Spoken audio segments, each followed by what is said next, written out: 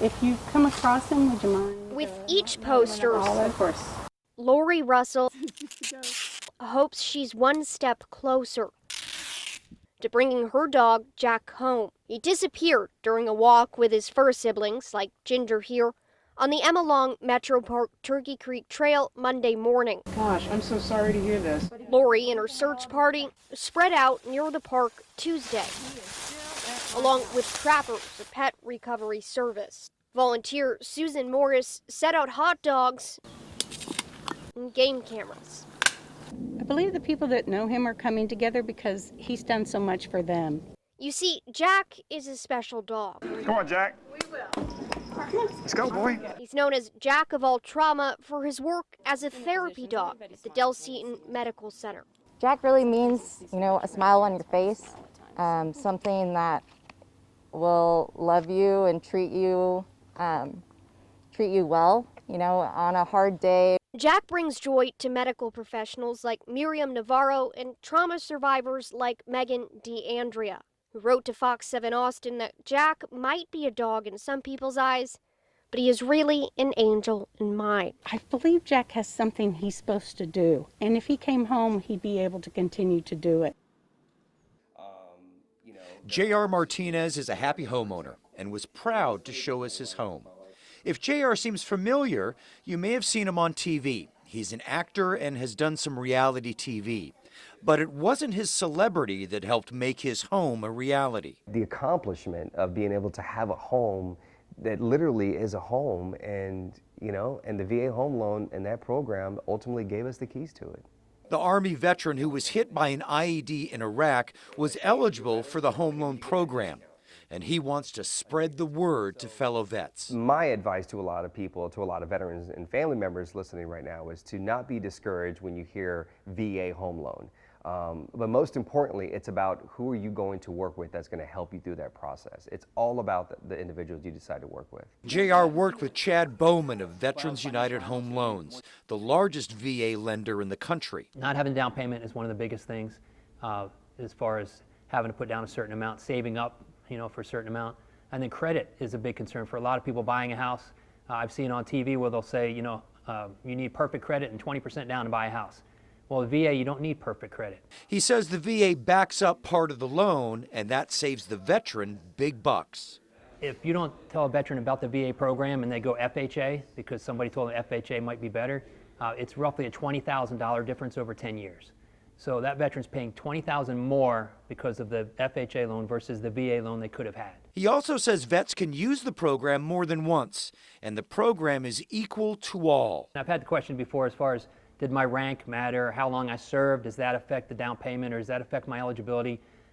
Various things as far as, does a colonel get a better deal than a private or something?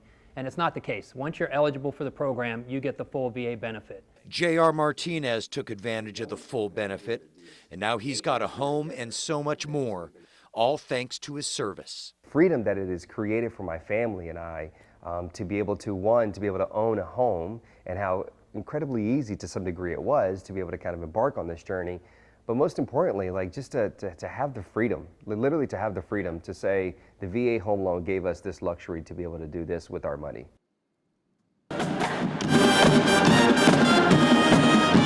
The drums, the palms, all in perfect step. It's a celebration of each student here at Hendrickson High dancing to their own beat. Revolution is inclusion, and you guys are a huge part of that. The school is being recognized by the Special Olympics and ESPN as one of the top 5 schools in the nation for inclusion, making it a national banner school. Here to fire up the crowd, Elena Chacon. The sophomore tells us she likes cheerleading because she gets to play with her friends. She gets to be a part of, she's become friends with so many other girlfriends that are not just in her class. They have welcomed her. She has grown, and everybody has just embraced her. Elena says the experience is a joy. I'm Mohan. But Elena's mother, Yvette, says the sport means a lot more than just fun. it seriously impacts her daughter's health. Elena doesn't know that it's actually become a part of a therapy. She has speech therapy in it. She has, even down at teamwork, she has OT, PT. And so she doesn't, I always tell everybody, Elena's in therapy all the time. She just doesn't know it. Elena, who struggles with speech, was even able to sing the national anthem for her classmates at the banner ceremony.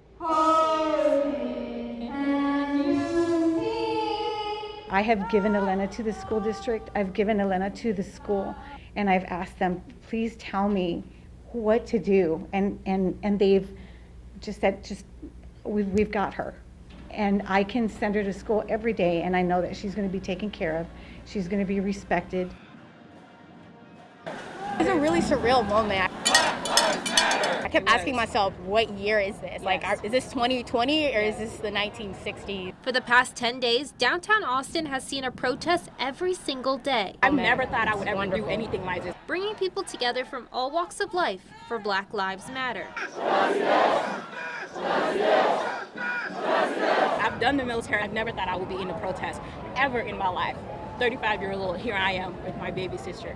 These two sisters, one being a veteran, says this experience has not only brought them together, it's also brought them together with thousands of other people they don't even know. I was doubting myself of why did I even serve? But you know what, after seeing all these people here, different color, different shades, all united for one cause, showing that all Black lives matter, all minority lives matter, regardless of where they are, what their background, where they're from. This was worth it. 100%. This is just unacceptable. This has been going on for too long. We've got to put an end to systemic racism. Courtney Becker says she joined in on the protest to support, but more importantly, understand. I know that I never will understand, but I want to listen to the message and I want to help advocate. And so for me, it was about hearing what that message is so that I can just be another voice advocating. Protesters say they believe their message is being heard, but that doesn't mean it ends here. We can't just stop now. Now we have the momentum. We have to continue. We have to keep going. The Giddings Buffaloes are still swinging after a fire burned down their field house Wednesday morning, scorching all the uniforms and equipment inside it. Once I got to go inside, it was pretty traumatic experience to see that everything that you've gotten is just burned up. Coach Adam Bloodworth says an electrical short in the air conditioning unit caused the fire. The only items the team could salvage was a few baseballs. I had a glove and some clothes, but that was about it. I was lucky enough just to lose that. Some players lost a lot more. Without uniforms and gear, the team had to postpone Friday's big district opener against LaGrange. It'll be the biggest game of the year, so this rival means a lot to us. How about you take this?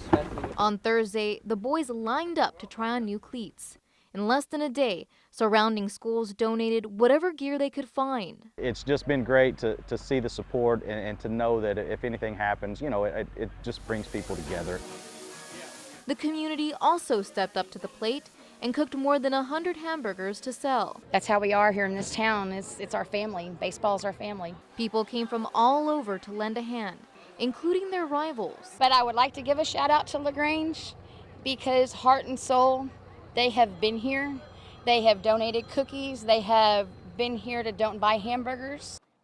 While coaches and families work on helping the team look their best, the boys laced up and hit the field, prepared for Saturday's big game. We'll fight hard and play our ball. We should be good. Boat rental companies say the public boat ramp here at Jones Brothers Park is the only one that they have access to right now on Lake Travis. And because of that, more people are heading out to this park, creating a bottleneck at the boat ramp. At the end of the day, it just doesn't make sense. Blake Diekman works as a boat captain for Wave and Water. Like a lot of the population, his company shut down when COVID-19 started spreading in the Austin area. But when the governor started reopening businesses, he figured he'd be back on the water soon. If we can practice safety and sanitation, we should be allowed to operate like anyone else. When Blake called to check on the parks around Lake Travis, he found out the boat ramps are still closed, even at county parks that are open. COVID-19 remains a public threat. And in response to that threat, early on, Travis County made the decision to close certain parks and operate our remaining parks in a limited capacity. That meant closing our boat ramps. Anybody who owns a boat that doesn't have their boat on the water already, you really don't have any access to come out and enjoy the lake. Instead, Diekman has been meeting customers at Jones Brothers Park, where the boat ramp is open because the park is run by the city of Jonestown. Other companies and locals are doing the same thing. So you'll have a line all the way out around the park of trucks and trailers either coming in to drop a boat or coming in to pick a boat up. Diekman says that's creating another issue at the Lakefront Park in Jonestown, which isn't big enough to handle the crowds. If their goal is to reduce the infection rate, choke pointing the entire mass of Travis County into 2 or 3 parks is not going to do it. You're going to get an inflation of infection. Travis County says the Parks Department is working on a solution. They are creating a plan on how we can safely reopen our boat ramps. Diekman isn't sure how much longer boat rental companies will be willing to wait. If it continues like this, companies are going to start pulling out of Travis. You know, I know of a couple companies that are thinking about doing that already. Boat rental companies say for now they're going to continue using the public boat ramps that are open, but they're not sure how long they can sustain that. In Jonestown, Jennifer Kendall, Fox 7 Austin News.